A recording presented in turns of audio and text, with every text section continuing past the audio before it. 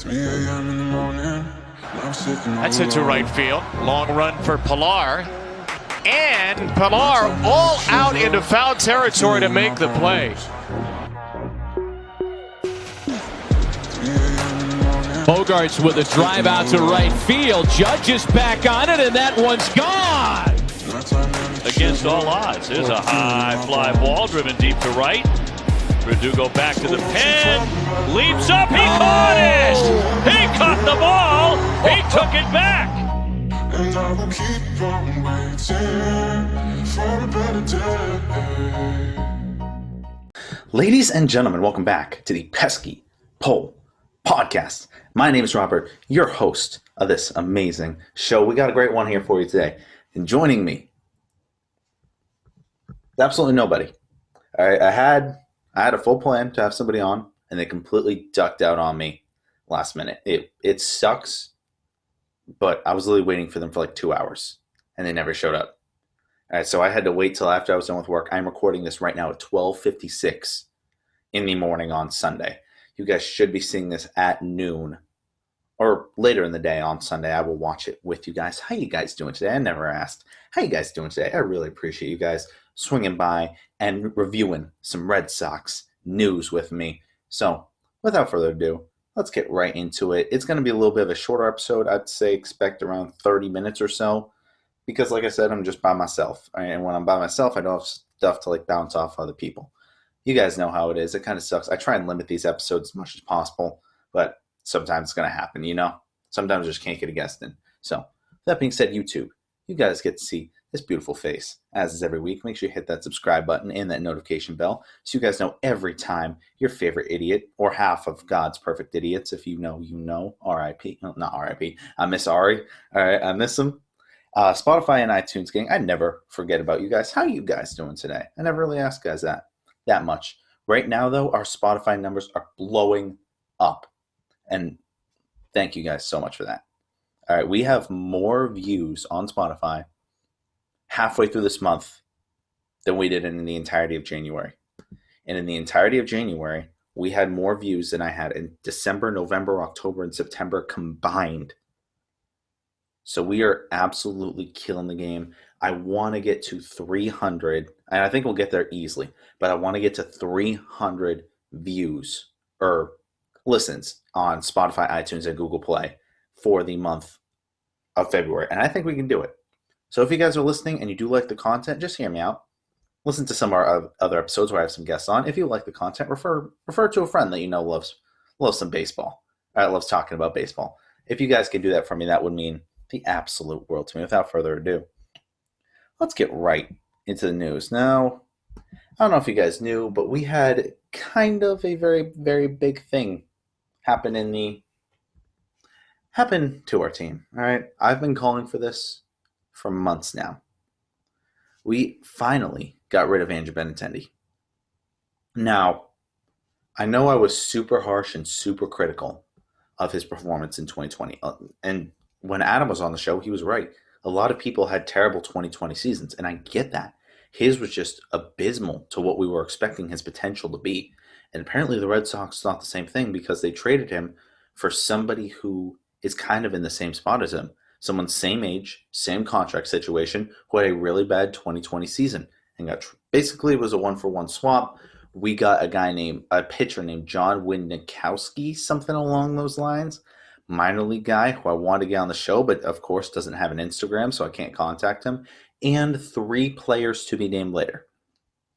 So in reality, we got one player who's in the same situation as Andrew Benintendi, plus 1 pitching prospect, plus 3 other players to help replenish the farm system.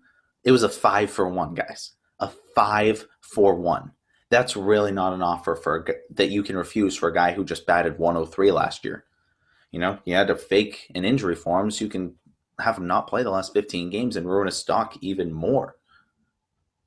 It was a decision that needed to be done, and especially if you can get this much value. Yes, we weren't getting the big name player that we really wanted, but getting 5 players for Andrew Benintendi, I will take that. You know, this happened 10 minutes after I hit the stop record button on Tuesday. Wednesday. This happened 10 minutes after I hit the stop record button. It was terrible. And I hated it. I hated that it happened right after, and I couldn't just break the news while I was doing the podcast. But what are you going to do? You know, it gives me more time to collect my thoughts and really tell you guys what I'm thinking. Here's the thing, though. Franchy Cordero, okay? Let's take a look at Andrew Benintendi real quick. Now, Andrew Benintendi, before this year, decent hitter, nothing crazy. Decent power, nothing too crazy. Decent speed, good, but not good enough to be a leadoff guy. Decent fielding, you know, could hold his own, but wasn't like anywhere near JBJ. Andrew Benintendi was somebody who was just a balanced guy. He didn't excel in any little thing. He was just there. You know, he was balanced in everything. He didn't really have a weakness to his game, besides obviously hitting in the last year. But other than that, he really didn't have a weakness to his game. He was just all around. With Franchy Cordero, right, and I've done my research, he's a decent fielder, just like Benintendi. He's decent. Nothing crazy. Nothing that you're going to be like, oh my God, that's JBJ level. Nothing along those lines. You know, his contact's okay. Just like Benintendi, he had a bad year in 2020. And like I said, the Royals should have traded him, maybe given him a change of scenery to see what would happen. Same as Benintendi. But this dude's got some power to his game. All right, he hit the second longest home run of 2019. Right, dude's got some pop if he can really get some good contact on the ball. Another thing, he's got speed. He has crazy speed. Let me just pull up some numbers if I can find them. Franchy Cordero stats, because I believe that he had like a really good amount of steals for the Royals. And plus, he was only with the Royals for what, 1 year? Yeah, 1 year. All right. In 2020, he only played 16 games. In 2019, he only played 9 games. So he's really been out of it the past couple years. But yeah, from what I've seen, he's got some good speed to him. You know, never really been a crazy hitter. 236 career, right? 433 slugging. Never been a crazy hitter. Let's go down to his defense. Let's see what his defense is looking like. Fielding percentage of a 949. So once again, nothing too crazy. All right. The thing is, this guy is just Benny with some strengths to it. All right. He's not bad. He's really not. Like I said, a 236 batting average. All right. And if we look at Boston.com, right, he signed with the Padres in 2011 and made his debut in 2012. I believe he was only 16 at that time. Right? I don't know what else to tell you guys. I haven't done a lot of research on the pitcher that they got or the people that they could possibly have for a player to be named later. But, I mean, the one thing with him is he's just been injured too much, all right? He was injured in 2018. He only played like 9 games in 2019. And then 2020, he only played like 15 games. You know, he hasn't really, In 2018, he only played 40 games. In 2019, he only played 9 games. And in 2020, he only played 16 games. Dude's been injury plagued. All right, and that's obviously another knock against him. But like I said, I do like this trade. Are any of these players in a regular season really better than Benny?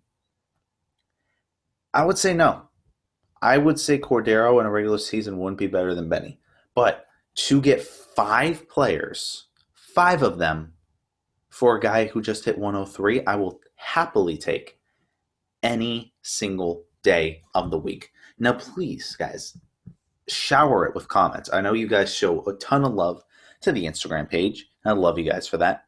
And I want you guys to keep showing me love on that Instagram page. But let me know. Was 5 players for Andrew Benintendi worth it? If not, explain to me why, and I will get back to you on that, I promise. Okay, next, along with that, right, we had somebody signed. Marwin Gonzalez, 1 year, $3 million deal.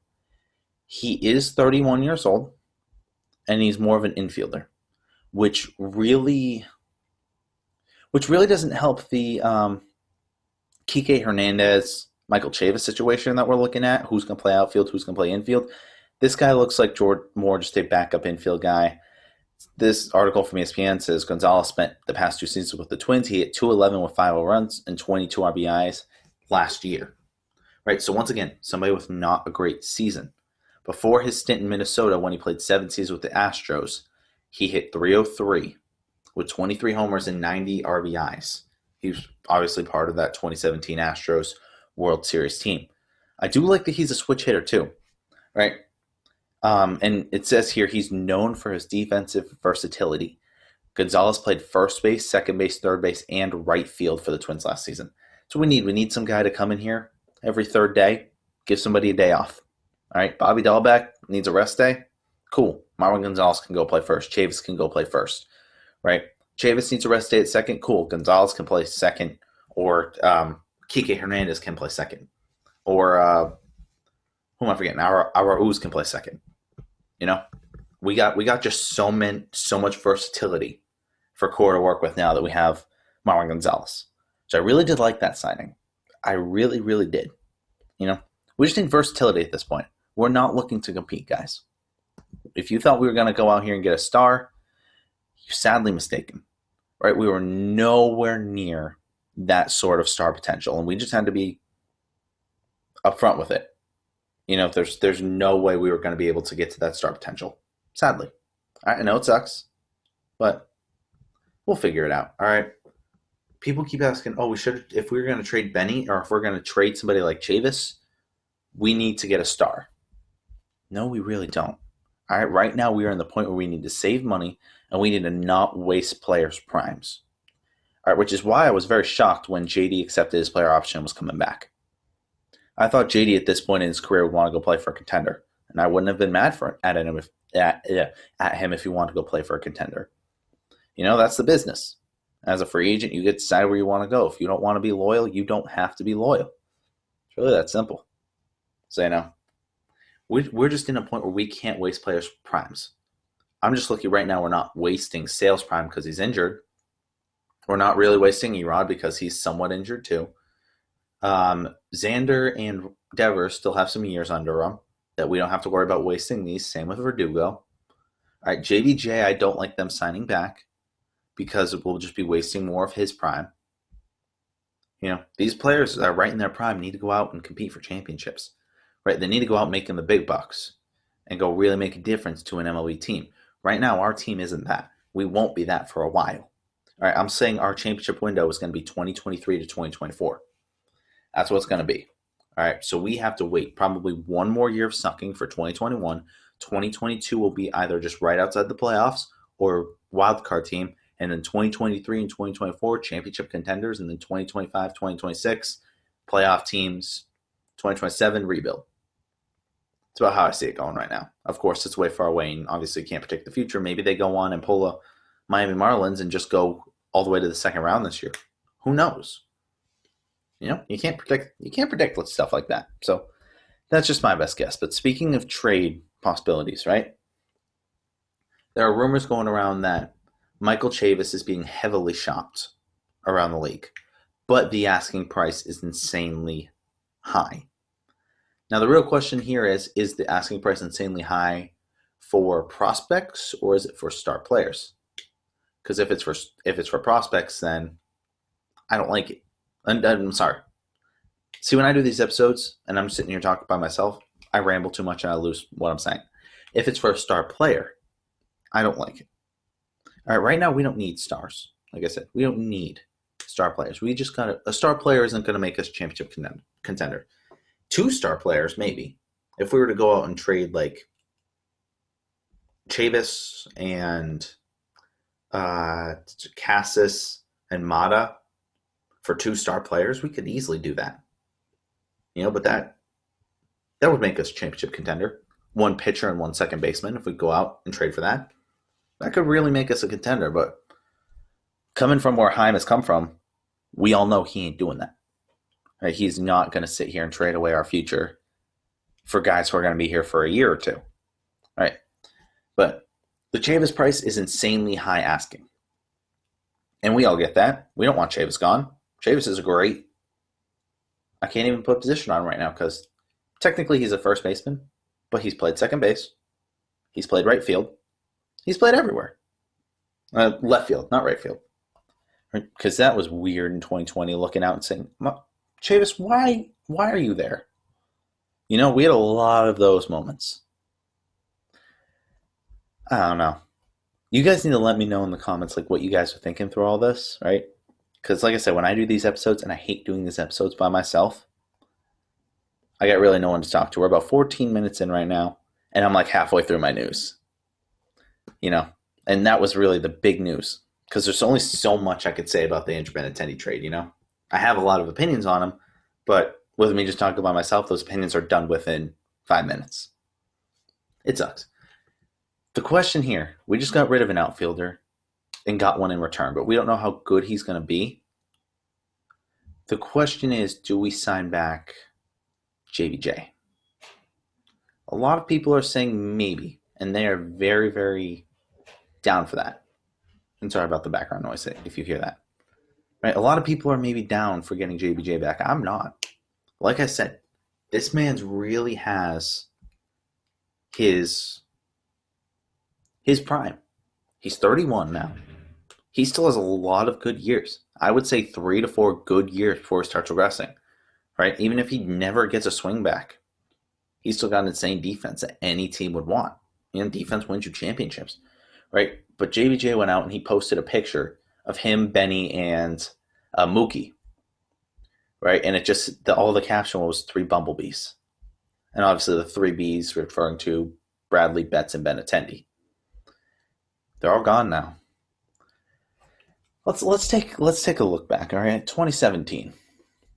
2017, the year gets started, and those 3 dumb outfielders decide that they want to make something their own for games, right? And it got so popular, it was an MLB for almost every team, right? The 3 outfielders go together, they bow, they go Spotify, just don't ask what I just did. YouTube, it's 1 a.m., ignore that, right? They did their thing, and then they let one of them dance, and it was fun. It was fun to watch them do that, right?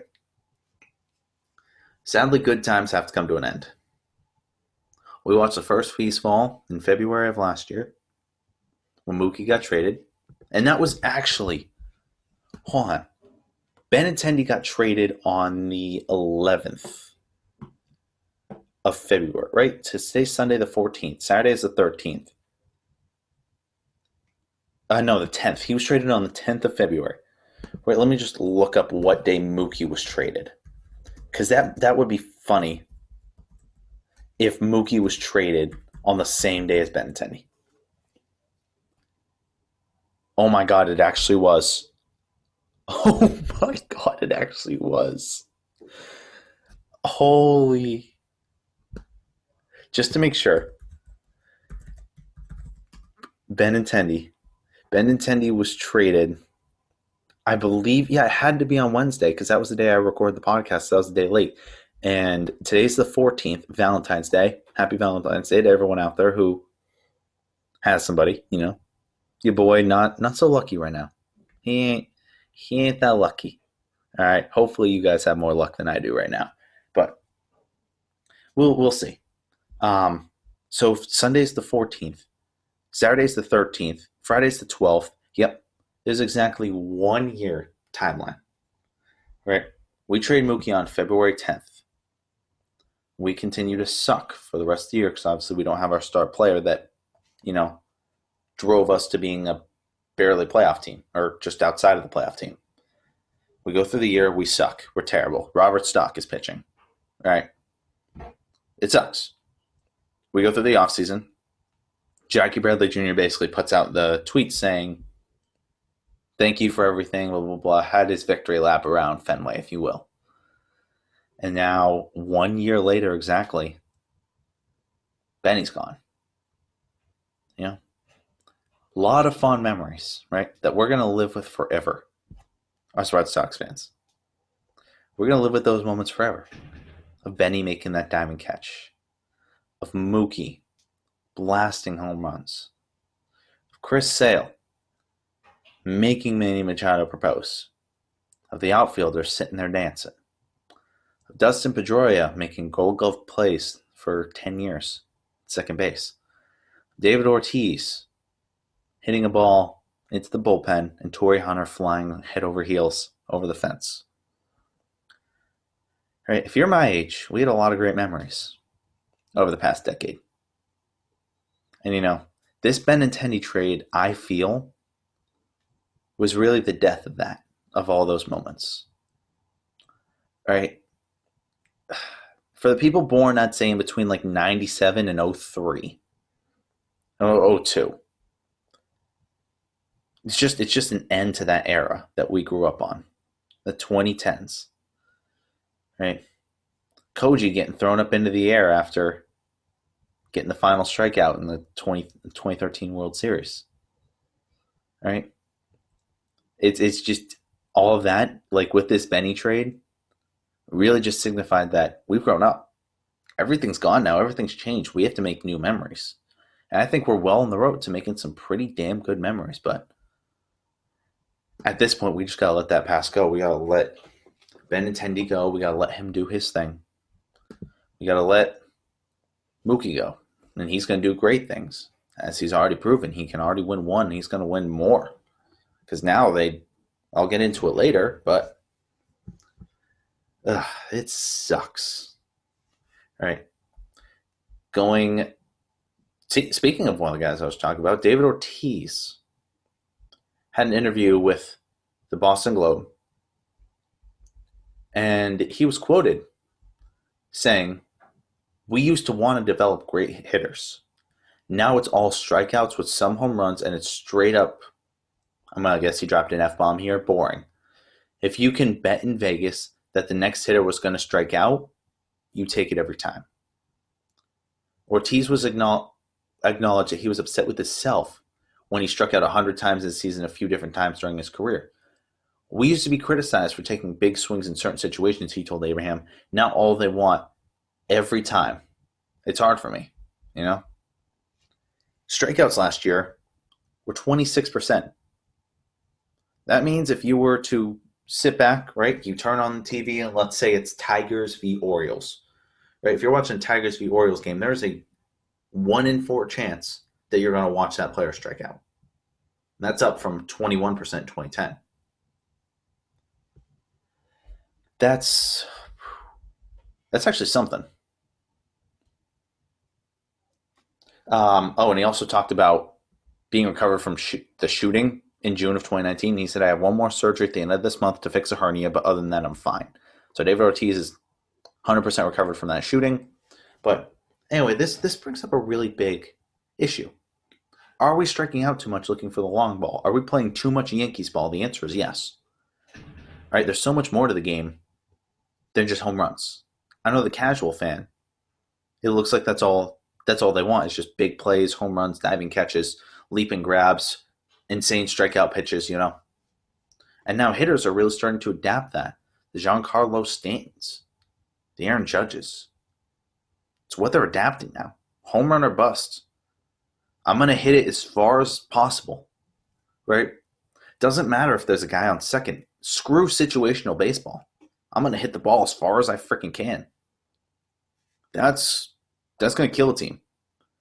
Anybody that's played baseball at a high school level or above knows that if you have a runner on second and there's less than 2 outs, you need to hit that ball to the right side of the field. Because even if you hit a ground ball, you're at least doing something productive in advancing that runner 90 feet. Everyone knows that. Now we've gotten to a day and age where they're like, screw that. I'm just going to try and hit the ball far. Situational baseball isn't a thing anymore. There are very few players in the league that really have that situational baseball aspect. And those are either great players who know their power but can still control that power, or really bad hitters, aka your JBJs. All right, JBJs know he's not hitting it over the fence. He knows he's not hitting it for a triple in the gap. He'd rather just hit it to the right side to make sure he can get that guy over.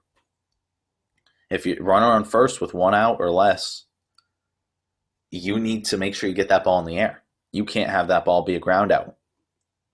That's simple. Runner on second, sometimes you got to sacrifice bunt. Some players refuse to sacrifice bunt now. It's the dumbest thing. Baseball is more than just home runs. Baseball is an extreme situational game. 90% of what happens in baseball happens up here. The other 10% actually happens with the bat, with your glove, or with your arm. 90% of it is up here. It's a mind game between the two coaches. That's why I 100% agree with David Ortiz here.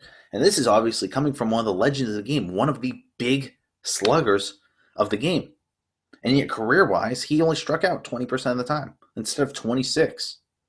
Right? This is from a guy who you would expect to just be hitting the long ball. That was his entire job, was just with the bat. He didn't give a damn about what he did in the field. He didn't give a damn about what he did on the base paths. The only thing that mattered is that bat in his hand. So if we should be listening to anybody on this right now, it should be him. That's something we really don't get a lot of. Right? We gotta listen to that. All right, players need to take note of that. It's that simple. All right, next bit of news. Justin Turner. This just happened a couple hours before I hit record. Justin Turner got a new deal. Right? Let me just look up. I never saw the logistics of it, but 2-year, $34 million deal. That's more what I expected. There were rumors going around that he was going to sign a 4-year deal, and I didn't see it. He's 36 already. He's 36. Ain't no way giving him a 4-year deal. Yes, he is Mr. Consistency, but at 36, you're gonna hit the decline sooner or later. All right, 2 years, 34, I think is perfect for him because he is still at an all-star caliber level. Still is one of the most consistent men in the game. Now with that, the Dodgers are now undoubtedly favorites to win the World Series again. Right? That's about you realistically right now can't say you have the Yankees or the Mets or the Padres anywhere close to the Dodgers. Right? You can't. You really, really can't. This team's just got too much fire. They don't have a weakness. If you can see a weakness in that Dodgers lineup, right? Rotation. They were great before. They got even better now with Bauer. Right? Outfield was always amazing. Infield just got better with the re-signing of Justin Turner. There's no weaknesses to their game. I'm sorry, that's a lock. All right, if they don't win, either they got hit with the injury bug or they just, it's something didn't work. Yeah. All right, so as of right now, that's all the news I have for you guys, except for the fact that CBS Sports is saying it's not out of the possibility that Mike Trout requests a trade sometime this year. All right, the Halos have not had a winning record since 2015. And what have they done to reinforce the pitching the last few years? All right, they haven't really done much, I honestly think we could see a Mike Trout trade. Not yet, though. I think around the time he hits probably about 29, 30 is when it's going to... Let me just make sure. I believe he's 26 right now. But 29. Oh, I was way off. I think we see him maybe ask for a trade when he is 31. All right, if they go the next 2 years without making the playoffs, I say he just wants out, He's a very loyal guy, but if they're not going to win and he wants to be one of the greatest players of all time, you need at least some sort of winning underneath your belt. Not necessarily a World Series win, but you need at least something. An ALCS or an NLCS victory. At least an appearance to the World Series. If you don't have that throughout your career, what are you really doing? So, that is all the news for this week. And like I said, I knew this was going to be a shorter episode. We are at about 28 minutes, I believe.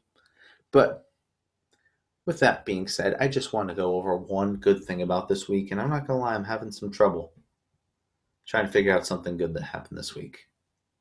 All right, I'm not gonna lie to you guys. Your boy's been struggling this week. It's been a hard week. All right, a lot of personal stuff. It's just been a hard week, you know? Sometimes you just have those weeks. That's okay. You know? I'm one of those guys, and I've been telling this to people around me that know like that I've been struggling this week. I'm more of a guy that's just gonna look at a problem and I'm gonna say, how do I solve this? You know, I'm not gonna get emotional about it. I'm not gonna sit here and talk through my problems with somebody.